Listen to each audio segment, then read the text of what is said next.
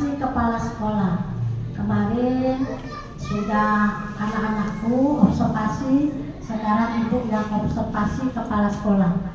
Di sini ibu mengambil judul presentasi program sekolah berbasis data.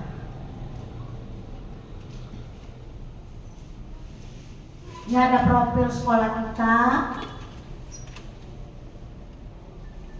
ada visi sekolah kita. Kemarin visi sekolah kita ini terciptanya peserta didik yang bertakwa, cerdas, terampil, berbudi pekerti, luhur, dan peduli terhadap lingkungan. Itu waktu itu ya. Sekarang sudah kita rubah menjadi cerdas, cermat, numerasi, berkarakter, dan peduli lingkungan, cagar berlian. Itu singkatannya ya. Jadi visi kita. Nah, ada visi, ada misi. Misi sekolah melaksanakan pembelajaran dan bimbingan secara efektif kepada siswa sesuai dengan potensi masing-masing. Nah, hari ini kita sudah mulai yang bimbingan Bapak Ibu. Sekarang acara kita O2SN. Jadi ada 3 bidang studi, matematik, IPA, dan IPS. Itu hasil dari bimbingan Bapak Ibu sekalian. Jadi kita dapat 3 peserta. Pesertanya dari kelas 5 semua. Jadi Ibu mohon kepada Bapak Ibu, berapa hari yang lalu sudah Ibu ngomong sama Bapak Ibu, mulai dari kelas 1 anak-anak itu tolong 1 sampai kelas 5 tolong anak-anak ini maunya kemana di dalam prestasinya. Oh, kalau dia misalnya prestasinya dalam pembelajaran, ya belajar apa dia ini? IPA, apa kuatnya di matematik, apa kuatnya di IPS.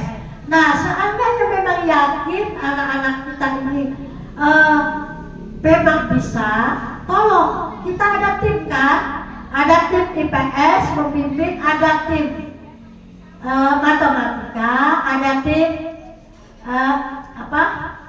IPA. Nah, kalau tidak salah, kalau IPS itu Ibu Juwita ya, itu Ibu Juwita. Jadi anak-anak sekalian, kalau memang anak itu punya prestasi di bidang pembelajaran, tolong kasihkan, dibimbing dan dikasihkan dengan yang pembimbingnya. Bukan berarti kita lepas dari dalam kelas kita bimbing, nanti kita kasihkan dengan khusus yang untuk pembimbing 3 pembelajaran itu. Yang kedua, mendorong dan membantu siswa untuk mengenali diri agar dikembangkan secara optimal. Kata Ibu tadi, ini di bidang apa dia, baru kita kembangkan. Ini bidang IPS, ini Bu Sawal, Ibu Juwita itu di bidang IPS.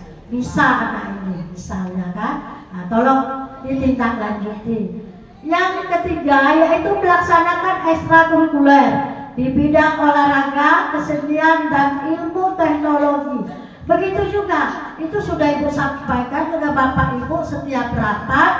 Kalau wali muridnya itu dari kelas 1 sampai kelas 5, yang mana anak-anak ini, misalnya dia renang, senang bola kaki, senang takraw, senang lari, kasihkan sama ini nanti dibina oleh guru olahraganya, yaitu Pak Sigit sama Pak Hadir. Selanjutnya melaksanakan kegiatan pramuka dan keagamaan. Begitu juga pramuka, kalau tidak salah kita sudah ada ekskul pramuka, ya itu langsung dibina oleh, memang ada sudah pembinanya. Begitu juga masalah keagamaan. Keagamaan ini Ibu sudah membeli alat itu kita ya, membeli alat apa itu Nak? Marawis. Tolong, bukan berarti menutup guru yang lain, khusus guru agama tidak. Yang bisa kita latihan. nanti ibu tentukan jam. Nah ini kan, karena jam kita pulangnya kan jam 12:30. Jadi nanti apa jam berapa, sedikit aja, apa 15 menit apa. Yang penting anak-anak itu nanti kita pelajari. Udah itu yang teknologi. Nah, itu kan sudah ibu sampaikan. Yang teknologi itu hari Sabtu, kan? Ada kan? Setiap wali murid, setiap hari Sabtu kalau tidak ada kegiatan, adakan kita banyak gitu nak. Rembuknya kita banyak. Jadi setiap Sabtu jadwalkan apa tanggal berapa, tapi hari Sabtu saja. Apa tidak seminggu sekali? Tidak bu, tidak bisa. Boleh apa 2 minggu sekali. Yang penting anak-anak itu bisa memegang alat itu, alat laptop itu juga bisa, dan bisa membukanya, menutupnya. Itu kalau tidak salah ibu perintahkan kemarin dari kelas berapa? Kelas 4, 5, dan 6 ya. Tuh. Selanjutnya menumbuhkan sikap peduli terhadap lingkungan dalam kehidupan sehari-hari. Bapak Ibu tolong ditindaklanjuti. Kata Ibu kalau pagi-pagi kita pikir salaman di depan di depan halaman ini. Nanti kalau anak-anak itu salaman, ada sampah sepanjang dia untuk masuk ke kelas dia, ada sampah kalau diambil. Sehingga anak-anak kita tumbuhkan peduli dia, peduli sampah, jangan dia masak bodoh. Jadi dia tolong Bapak Ibu ya, yang terutama wali kelas, Ibu minta tolong sehingga dengan adanya kesadaran itu anak-anak kita jadi sekolah kita lebih bersih, lebih indah. Tuh ya. Sudah itu selanjutnya menciptakan suasana pembelajaran yang ramah lingkungan. Nah, Bapak Ibu semuanya itu kan sudah Ibu sampaikan bahwa di dalam pembelajaran itu tidak harus di dalam kelas. Andainya kita mengenal bunga misalnya, keluar tidak apa-apa pembelajaran itu. Misalnya ini coba bunga mawar, misalnya kita cari bunga mawar. Anak-anak coba ambil buku, pensilnya atau ini apa penanya, mulai kita mencatat, menganalisa bunga mawar ini. Jadi anak-anak senang, tidak toh dia belajar di dalam kelas. Yang memang harus kita keluar, tidak apa-apa. Ya, nanti jangan dia takut kepala sekolah marah. Tidak, ini adalah suatu pembelajaran itu bukan di dalam kelasnya. Sebenarnya pembelajaran di luar kelas itu cepat. Dia langsung praktek, misalnya masalah batang. Oh, jadi mawar ini batangnya apa, ininya apa, gunanya apa. Ya, jadi tahu. Selanjutnya mewujudkan budaya efektif dan efisien dalam memanfaatkan sumber daya alam. Nah, ini kemarin sudah anak-anak kelas 5 ya, peragaan apa itu kelas 5 itu, nah seni itu ya, itu sudah menunjukkan budaya kita. Tapi Bu mohon kalau yang mau seperti itu, kalau bisa budaya kita, jangan budaya-budaya dari kabupaten lain, sehingga anak-anak itu tahu, oh ini budaya Muara ini, Kabupaten Muara ini, budaya Muara ini. Jangan juga kita Kabupaten Muara ini, Kecamatan Tanjung Agung misalnya. Jadi kita lebih paham untuk adat-adat Muara ini. Selanjutnya, terwujudnya lingkungan hijau dan bersih. Alhamdulillah, sekolah kita sudah bersih dan banyak tanaman-tanaman, sehingga misi kita ini ya sudah tercapai, tapi kurang sedikit ya. Selanjutnya, latar belakang kenapa Ibu mengambil program sekolah berbasis data, karena data raport kita ini ada yang turun. menurun. Jadi ibu mengambil judulnya masalah program sekolah berbasis data. Di sini ada latar belakangnya, data rapor pendidikan mengacu pada hasil capaian literasi dan numerasi sekolah yang perlu ditingkatkan.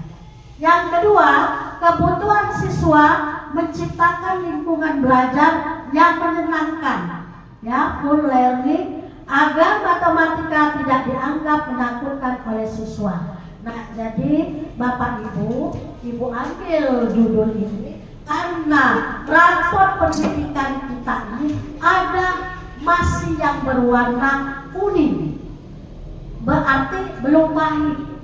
Justru itu Ibu angkat dengan data rapor. Nah, ini penampilan data rapor kita SD 7 Muara ini, ya.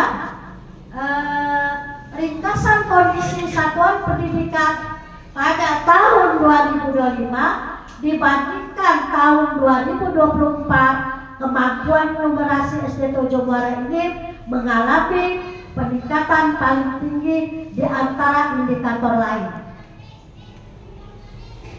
Dari seluruh capaian tahun ini, kemampuan literasi menjadi indikator dengan pencapaian terbaik.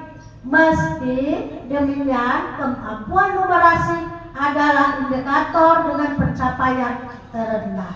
Jadi Ibu mengambil yang terendah, sehingga Ibu ambil dari rapor pendidikan ini.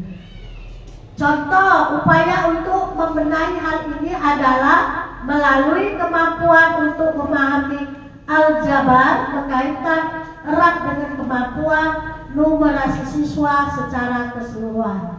Lihat di sini, kemampuan literasi kita nilainya baik, peserta didik sudah mencapai baik, gitu ya. Yang kemampuan numerasi juga kita kurang, warnanya kuning, jadi sedang, gitu. Berarti kita itulah yang harus kita perbaiki. Kalau yang lain, karakter baik, iklim keamanan satuan pendidikan baik, iklim kebinekaan baik, kualitas pembelajaran kita baik. Cuman yang kurang hanya masalah kemampuan numerasi. Justru itu Ibu kemarin menugaskan kepada wali kelas, terutama kelas 4, 5, dan 6, ya, membuat pojok numerasi. Karena numerasi ini adalah ruang lingkupnya matematika. Jadi matematika ini memang banyaknya ditakuti anak-anak. Memang dari dulu matematika ini memang banyak ditakuti anak-anak. Justru itu kita bagaimana cara bisa anak-anak kita senang dengan kita membuat pojok numerasi. Kita selama ini sudah ada pojok, tapi pojok apa? Pojok baca. Pojok baca itu untuk bisa anak-anak kita bercerita, mengarang, bisa senang dia membaca buku-buku. Nah, yang ini kita tambah dengan pojok numerasi. Pojok numerasi itu, ya, kemarin Bu lihat waktu Ibu observasi itu semuanya sudah ada. Tapi maksud Ibu untuk lebih ditingkatkan, misalnya pojok numerasi itu hari ini aku jadwal sampai 1 minggu nak pelajaran aku. Misalnya aku nak penjumlahan, penambahan, mulai kita tampilkan engkau misalnya kan, batu-batu untuk yang penjumlahan dan pengurangan, sehingga nanti waktu kita mengajar kita langsung mengambil alat peraganya. Seminggu, tidak usah nak ditampang itu sampai nunggu kita penaikan. Tidak. Seminggu ini apalah ya RPP saya yang akan saya ajarkan matematika ini. Nanti seminggu lagi, oh tidak lagi penjumlahan, oh yang lain. Kita tampilkan dengan yang lain. Sehingga anak-anak itu nanti kita paham. Waktu kita mengajar, waktu kita berdiskusi, kita langsung lihatkan di pojok numerasi. Tuh ya. Ini ada tujuannya. Kenapa tujuannya itu? Yaitu meningkatkan kemampuan siswa dalam mengaplikasikan konsep angka dan simbol dalam kehidupan sehari-hari. Apa kata ibu tadi saat dari judulnya masalah penjumlahan pengurangan kita buat sehingga untuk menguatkan anak biar lebih jelas. Kalau bisa ya alat peraga itu kalau bisa yang nyata. Dengan adanya nyata tidak menghayal aku ini mana. Dengan adanya tidak menghayal sehingga terjun langsung kita buat. Mari pernah ibu di SDE di kelas budaya ya ada banyak pecahan contohnya. Dia mengambil misalnya buah-buahan langsung dipotong. Nah ini nak satu buah pir misalnya satu buah mulai diperjelaskan baru ditentak. Nah kalau ditentak bagi bubuk, nah bagi duanya apa setengah kan bisa seperti itu kan langsung kita beragam. Kedua, menyelaraskan program dengan kebutuhan berdasarkan hasil rapor pendidikan.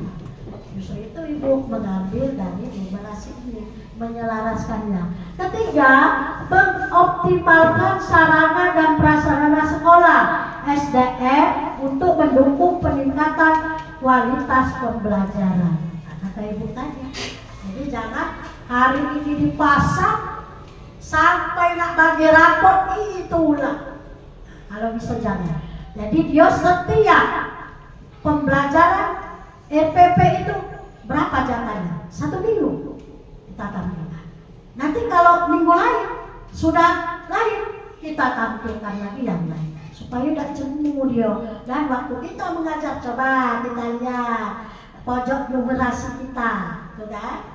Selanjutnya, menciptakan iklim sekolah yang kolaboratif, partisipatif, dan berorientasi pada pembelajaran humanis dan menyenangkan. Ini kan insya Allah kalau kita ada pojok numerasi itu yang nyata seperti itu, mudah-mudahan anak sangat menyenangkan. Di samping ada kita laptop itu namanya yang di layar. Tuh, fokus. Jadi anak senang. Insya Allah nak, kalau kita dia senang, dia udah galak balik. Adikmu balik dengar lagi kata dia. Cuma kalau kita menerangkan tanpa alat peraga, tanpa fokus, tanpa ini bercerita baik, ada yang muat, ibu lihat. Di belakang tuh ada yang nguap langsung. Ada yang ngobrol sama kita, ngobrol di depan dia ngobrol. Dia tidak tahu ilmunya apa itu. Ya itu. Selanjutnya perencanaan.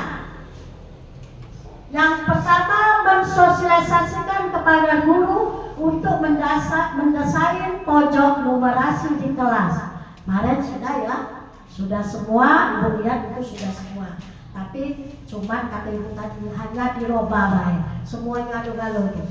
Kedua, penataan lingkungan fisik, mengubah sudut kelas menjadi area yang kaya anak simbol-simbol, angka dan alat peraga. Silakan, tidak apa-apa di ruangan itu. Ibu banyaknya nyamuk bagi tidak apa-apa, ya. Tapi yang bermanfaat untuk pembelajaran. Yang ketiga, menggunakan dekorasi yang cerah namun tidak mengganggu fokus anak. Misalnya, itu ekor itu kan warna-warna kan. Sudah itu pasti besok dicek. Wih, dengan apa ini apa? Dia mulai berusaha untuk belajar dia untuk mengetahui apa ini. Selanjutnya, menyediakan konten mengisi pojok dengan benda konkret. Kata ibu ternyata ya bahan alam seperti batu, bijian atau alat peraga buatan. Itu kata ibu tadi. Selanjutnya memberikan pemahaman kepada siswa tentang cara menggunakan alat di pojok numerasi secara mandiri. Jadi kalau kita sudah di pojok kita buat untuk mulai kan, misalnya pembelajaran hari itu dalam 1 minggu. Coba anak ambil alat di pojok numerasi, agak cari dulu kan, ada pojok baca, ada pojok numerasi, ada Bu ini pojok numerasi, coba ambil ini. Nah, itu. Jadi dia aktif ya. Selanjutnya tahap desain. Nah, itu lihat ada gambar, misalnya tidak pakai dia tidak pakai yang nyata, boleh. Kalau yang nyata boleh, botol ini yang lebih tinggi, lebih sedang, lebih ini boleh. Dan kalau supaya benar dicek ya. Strategi pendampingan dan evaluasi. Peran guru kepala sekolah memantau keterlibatan siswa dan efektif alat peraga yang disediakan. Kata Ibu tadi, dalam pembelajaran itu efektif, dia pasti tidak takut dia. Berarti lemah ya matematika ini. Tidak takut saya, karena berwarna-warni, menyenangkan, sehingga anak-anak itu mau belajar matematika tadi. Monitoring pertumbuhan, mencatat apakah ada peningkatan minat siswa terhadap mata pelajaran matematik setelah program dijalankan. Jadi ada khusus buku sebelum buku numerasi tadi, sesudah ada buku. Berapa anak yang aktif dicatat. Oh, aktifnya apa ini aktifnya apa, ada alasannya. Itu dibuat buku ya, seperti Ibu cek dulu sampai di mana itu. 3. Pembaruan berkala, mengganti alat peraga, membuat tantangan setiap 1 bulan agar siswa tidak merasa bosan. Kata Ibu tadi diterangkan, kalau itulah bosan, segala video. Tapi kalau di rumah, video ini lalahin dulu, dia senang. Dan kalau bisa warna-warni. Jadi kalau tidak warna-warni minum dia. Sudah biasa itu botol minum.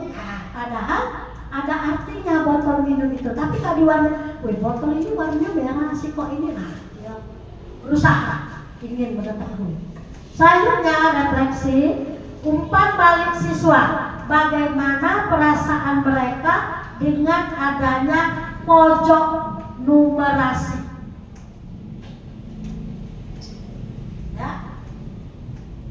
Bagaimana umpan baliknya? Melalui survei sederhana atau stiker perasaan. Oke, ini kan ya, dikerjakan itu. Kedua, observasi guru. Apakah adanya perubahan perilaku atau peningkatan pemahaman konsep matematik pada siswa? Dengan adanya kita membuat pojok numerasi, ada perubahan anak-anak kita itu. Ini peningkatan dia pemahaman dalam pembelajaran. Yang ketiga, tantangan dan solusi. Kendala apa yang dihadapi selama pelaksanaan dan bagaimana memperbaikinya di masa depan. Jadi kalau memang ada beberapa orang yang tidak bisa dipanggil, yang mana yang tidak ngerti. Nah, aku tidak ngertinya ini. Kalau dia tidak mengerti apa bagian yang mana tidak mengerti, kita jelaskan. Tuh ya. Nah, sekarang ada yang mau bertanya ini masalah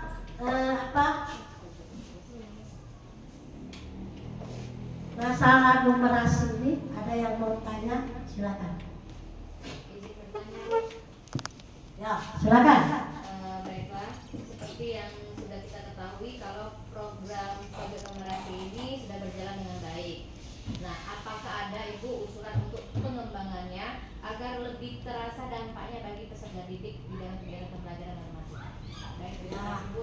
Ini terima kasih Bu Septi Anggra ini yang sudah memberikan pertanyaan ya, untuk mengembangkan lebih positif, yaitu kita kan kata Ibu tadi dengan praktek istilahnya, misalnya menggunakan uang, kita gunakanlah. Nah, uang ini kamu tahu dengan uang, tahu Bu, 100, 200 misalnya, atau buat minimarket misalnya kan, misalnya mengenal 100, bawa duit icak-icak baik. Jangan tuh aku ala kenapa nih aku nak bawa duit benerannya, duit yang palsu. Kan 100-nya sama kan, 50 sama. Pokoknya untuk lebih meningkatkannya kita dengan peragaan yang nyata. Kata ibu tadi, kalau kita peragaan tidak nyata, dia menghayal, itulah ada yang bercerita, ada yang ngobrol, tidak tahu apa kita payah, dia tidak ngerti. Justru itu dengan nyata, peragakan. Saya dengan alat-alat yang memang anak-anak itu bisa. Banyak kan peragaan itu. Jadi kata ibu terutama yang dalam seminggu itu sesuaikan dengan EPP. Ini tadi dalam 1 bulan. Tapi ibu ya 1 EPP, 1 kali pertemuan itu apa? Nah, ini mengandung apa ini? Buat numerasi. Tuh ya. Tuh. Selanjutnya ya. Assalamualaikum warahmatullahi wabarakatuh. Waalaikumsalam warahmatullahi wabarakatuh. Di sini Bu bertanya, ya di dalam program numerasi kita di sekolah ini sudah lancar dan berjalan dengan baik. Akan tetapi apakah yang saya tanyakan, apa kira-kira inovasi berikutnya yang dapat dilakukan di sekolah? Ya, kalau inovasi itu kan apa? Kalau inovasi itu nyata ya. Nyata nggak kalau inovasi? Ya, ya kata ibu tadi, ada hubungannya dengan pertanyaan Septi tadi, ya. Kita buat suatu perubahan-perubahan, yang perubahan baru, jangan yang lama itulah. Kalau lama itu tadi ibu tadi jemu kan? Nah, buat apa? Kita hubungannya dengan apa yang bisa, kita kan sudah baik, tapi lebih untuk meningkatkan kata ibu tadi dengan apa nyata, apa ya karya boleh, atau anak-anak ditugaskan coba pembelajarannya judulnya apa, nah, coba nak buat misalnya penjumlahan tadi, pengurangan tadi, apa dia dengan gambar, apa dengan gambar misalnya orangnya gambar di karton, ini ada 5, ini ada 4, atau bawa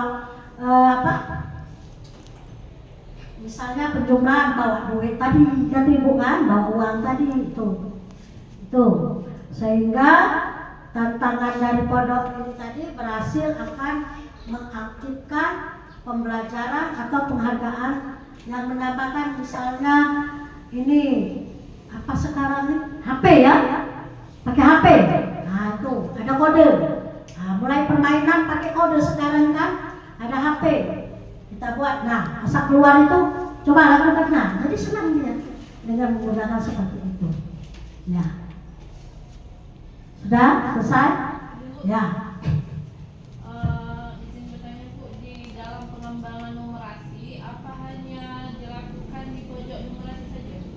Tidak ya, misalnya kamu dalam pembelajaran itu ya, langsung di dalam pembelajaran itu misalnya dapat diintegrasikan ke berbagai mata pembelajaran, bukan berarti khusus matematika baik, misalnya melalui aktivitas yang melibatkan pengukuran kan, misalnya pengolahan data yang sederhana baik, tidak usah bermuluk-muluk ya, yang penting anak itu mengerti pemecahan masalah sehingga numerasi itu tumbuh ya seluruh lingkungan sekolah. Sudah habis? Nah, ini kesimpulan dari numerasi. Pojok numerasi bukan sekedar dekorasi kelas, melainkan strategi lingkungan belajar yang dirancang untuk mendekatkan siswa pada konsep matematika secara konkret dan menyenangkan. Berdasarkan program yang telah disusun dapat disimpulkan. Yang pertama, peningkatan akses Pojok numerasi memberikan akses cepat bagi siswa untuk mengeksplorasi alat peraga matematik di luar jam pelajaran formal. Kedua, kontekstual. Program ini mampu mengubah persepsi siswa bahwa matematika bukan hanya tentang rumus di buku, tetapi tentang pola, angka, dan logika uang ada di sekitar mereka melalui alat peraga kognitif tadi yang nyata. Dengan adanya di lingkungan kita yang nyata, anak-anak itu lebih paham dan jelas. Selanjutnya, kemandirian belajar. Dengan adanya sudut yang interaktif, siswa didorong untuk belajar secara mandiri maupun berkolaborasi dengan rekan sejawat dalam memecahkan tantangan numerasi. Jadi Bapak Ibu mohon dalam pembelajaran itu kalau bisa anak-anak itu dibuat kerja kelompok. Jadi hasil terakhir dari belajar anak-anak itu nanti untuk penilaian dibuat dengan kelompok 1, kelompok 2, kelompok 3. Jadi dia bermusyawarah dan hasilnya lebih memuaskan. Ya, itu saja Ibu. Saran agar program ini berjalan secara berkelanjutan dan memberikan dampak yang signifikan terhadap hasil belajar rapor pendidikan, disarankan beberapa hal. Yang pertama, pembaruan konten secara berkala. Guru disarankan mengganti tema dan tantangan di pojok numerasi setiap bulan agar siswa tetap antusias dan tidak merasa jenuh. Yang kedua, integrasi pembelajaran. Diharapkan guru tidak memisahkan antara kegiatan numerasi dengan KBM, kegiatan belajar mengajar di kelas, melainkan menjadikannya sebagai media pendukung saat menjelaskan konsep tersebut. Jadi apa yang Ibu omongin tadi bukan berarti jadi pameran yang di sudut numerasi itu digunakan untuk kegiatan kita pembelajaran. Dan kata Ibu tadi ini sebulan boleh, tapi lebih bagus lihat di RPP. Ini kegiatan hari ini sampai seminggu apa 2 minggu. Oh berarti masalah bilangan misalnya. Mulai kita numerasi pojok numerasi itu buatlah apa cerita masalah bilangan untuk kita nanti alat peraga kita itu langsung kita mengambil dengan alat peraga, tapi kita sudah siapkan. Ketiga, kolaborasi dengan orang tua. Sekolah dapat melibatkan orang tua dalam menyediakan bahan-bahan edukatif seperti barang bekas, tapi barang bekas yang layak ya. Pakai untuk alat peraga guna memperkaya isi pojok numerasi. Yang keempat, apresiasi siswa. Berikan penghargaan sederhana bagi siswa yang aktif menyelesaikan tantangan di pojok numerasi untuk membangun budaya literasi dan numerasi yang positif. Jadi Bapak Ibu bisa kita libatkan orang tua. RPP hari ini ada apa? Kita libatkan apa orang tua ya. Misalnya dia hari ini siapa namanya? Untuk yang RPP kedua siapa yang kita libatkan? Boleh. Tapi kalau Ibu sarankan yang barang-barang bekas baik, jaket misalnya, nah ya, ini contohnya misalnya ini ada buah, cak mana lah buahnya? Buahnya ini dibawa, dia lemaknya sekilo. Laju lari pun dia lagi digawe itu ya. Itu saja Ibu sampaikan hari ini. Kurang dan lebih Ibu mohon maaf kepada Allah, Ibu mohon ampun. Wabillahi taufiq wal hidayah. Wassalamualaikum warahmatullahi wabarakatuh.